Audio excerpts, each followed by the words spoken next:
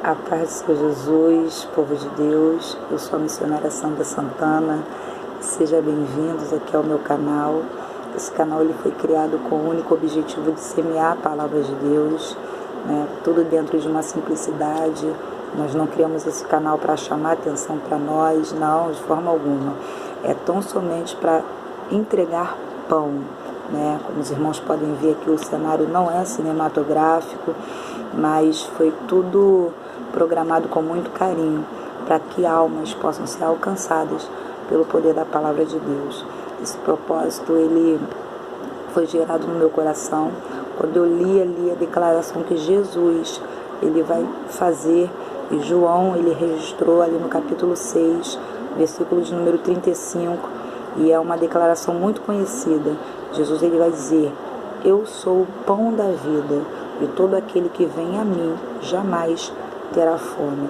Quando eu olhei para essa declaração de Jesus, uma chama ardeu o meu coração, e eu falei: Senhor, que pela tua graça eu possa estar à disposição do teu reino e ser um instrumento, que vai poder entregar essas porções de pão a quem precisa ser alcançado pela tua palavra. Então, que você possa nos ajudar a compartilhar aí o link para que mais pessoas possam se inscrever, e serem alcançadas pela palavra de Deus. Aqui o intuito não é debater a palavra, não é mostrar conhecimento, não, nada disso. Até porque nós somos estudantes também da palavra, amantes da palavra de Deus, e o intuito aqui é tão somente entregar algo que o Espírito Santo colocar no nosso coração, amém? Eu já quero estar compartilhando um texto, está aqui no Evangelho de Mateus, capítulo de número 14, e a partir do versículo 22, e a epígrafe do texto é: Jesus anda por cima do mar, e diz assim a palavra: e logo ordenou Jesus que os seus discípulos entrassem no barco e fossem adiante para a outra banda, enquanto despedia a multidão. E despedida a multidão, subiu ao monte para orar à parte. E chegando já à tarde, estava ali só, e o barco estava já no meio do mar, açoitado pelas ondas, porque o vento era contrário. Deus poderoso, obrigado pela oportunidade de fazer a leitura da Tua Palavra. Agora, neste momento, Senhor, que o Senhor possa, através da minha vida, Senhor, ter a liberdade de alcançar vidas através da instrumentalidade da Tua Palavra. Ó Espírito Santo, que o Senhor possa atuar neste momento, que vidas possam ser saciadas por essa porção de pão que gera vida. É o que eu te peço, já te agradecendo, no nome de Jesus Cristo. Amém. Pois bem, amados, essa passagem é uma passagem muito conhecida. Esse episódio no qual Jesus anda por cima do mar, ele vai se dar logo após o milagre da multiplicação dos pães e dos peixes.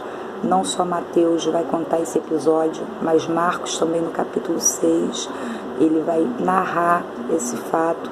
João também no capítulo de número 6, também vai contar um trechinho desse episódio. E logo após a multiplicação dos pães e dos peixes, Jesus ele vai dar uma ordem aos seus discípulos para que entrem no barco e passem adiante. Marcos, no capítulo 6, ele vai ser um pouco mais enfático. Marcos vai dizer que Jesus não só deu a ordem, Jesus obrigou os seus discípulos a entrarem dentro do barco, passar adiante e ir para Betsaida.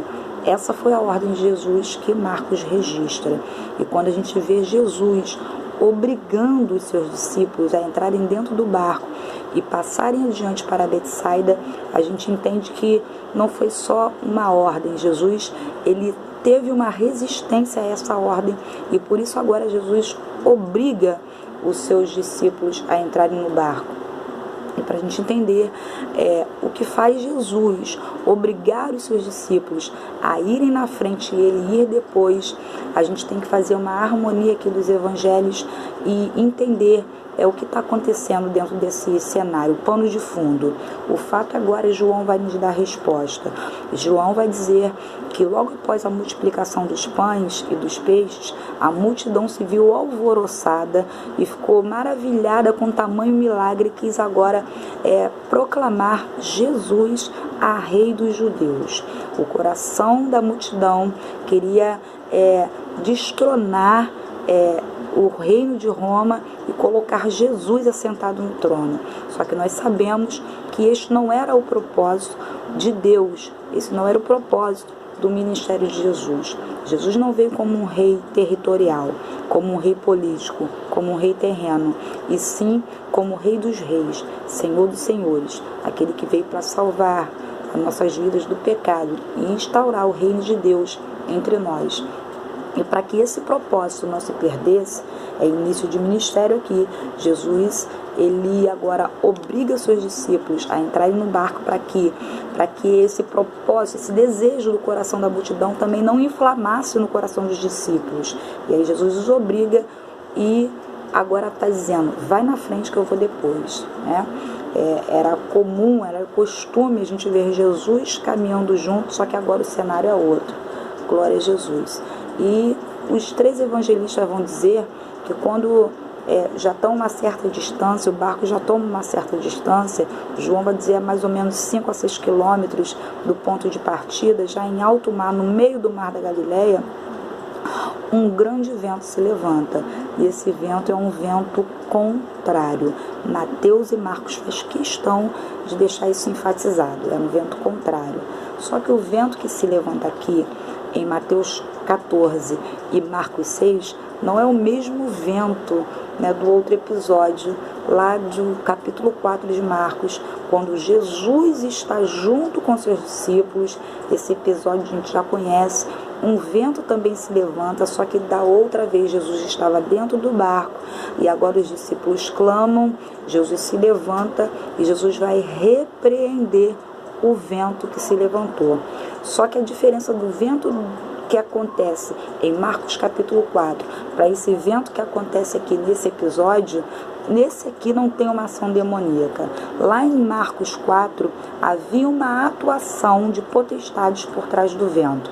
Não que o inferno tenha domínio sobre a natureza, não. Jesus é quem tem todo o domínio sobre a natureza.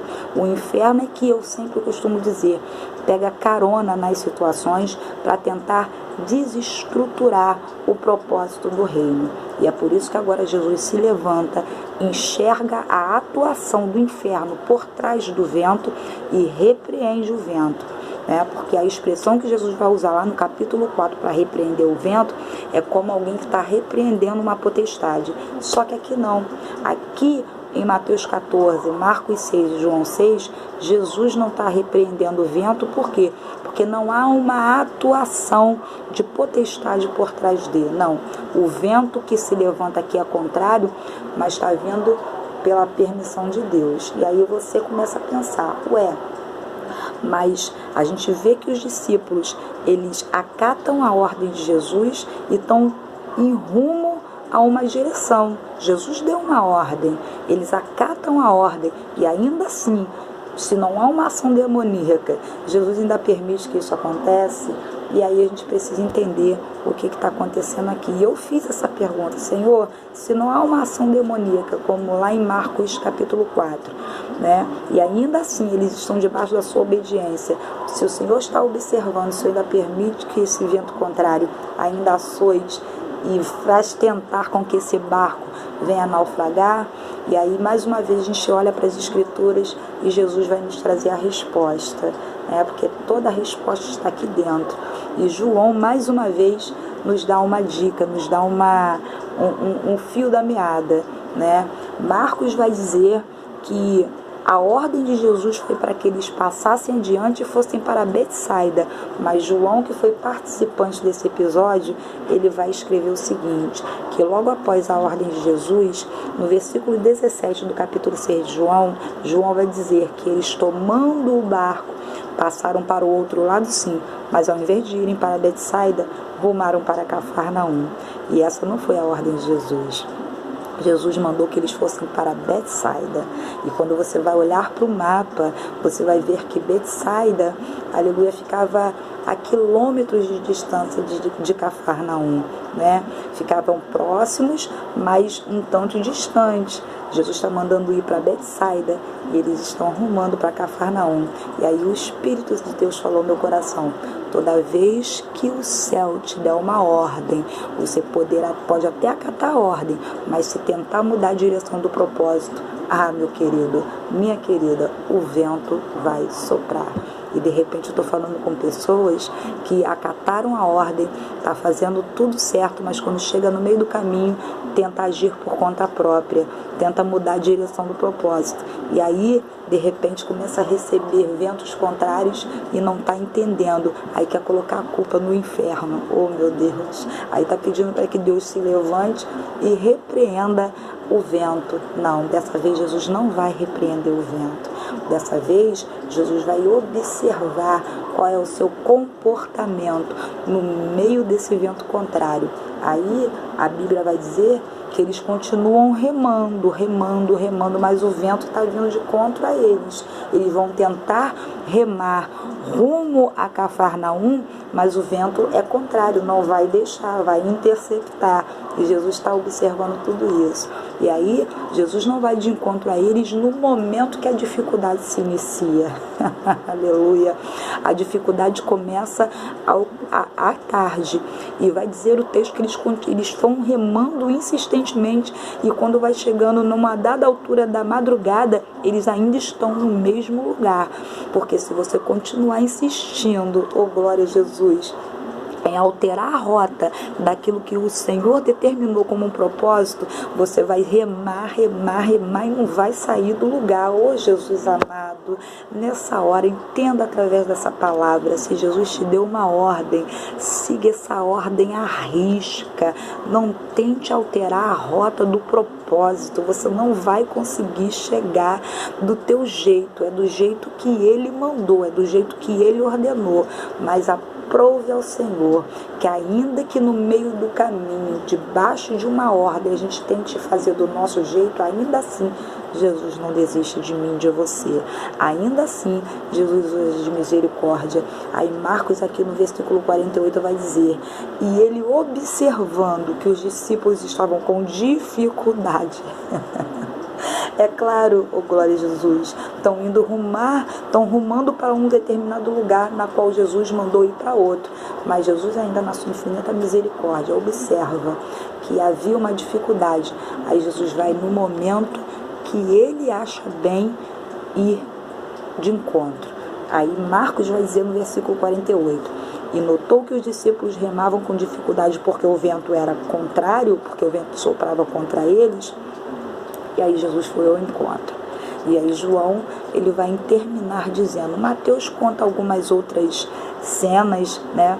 Vai dizer que Pedro, eles ficaram atemorizados porque Jesus veio por cima do mar e eles ficam atemorizados, pensam que é fantasma. É uma narrativa excelente, mas eu quero me ater aqui aonde Jesus falou ao meu coração, quando o vento era contrário, no momento que eles estavam acatando uma ordem. Estavam acatando uma ordem, mas estavam tentando fazer do jeito deles, só porque Jesus dessa vez não os acompanhava. Oh, glória a Jesus. Mas o fato de Jesus não acompanhar de uma maneira física aqui nesse cenário não significa que Jesus tinha perdido o controle. O texto vai dizer que Jesus estava do monte, observando toda a trajetória. Oh glória, né? E aí Jesus vai de encontro pela sua infinita misericórdia. E aí João vai encerrar dizendo que quando Jesus vai de encontro, Jesus entra dentro do barco e assim que Jesus põe a planta dos pés no barco, o vento cessa, sem nenhuma ordem de repreensão. Por quê?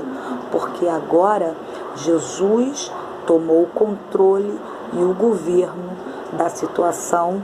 E agora ele é quem está conduzindo a embarcação de fato, como quem diz, se vocês não têm capacidade para acatar a ordem do meu jeito, eu tomo a rédea da situação, mas nós vamos chegar em terra firme. Louvado seja o nome do Senhor.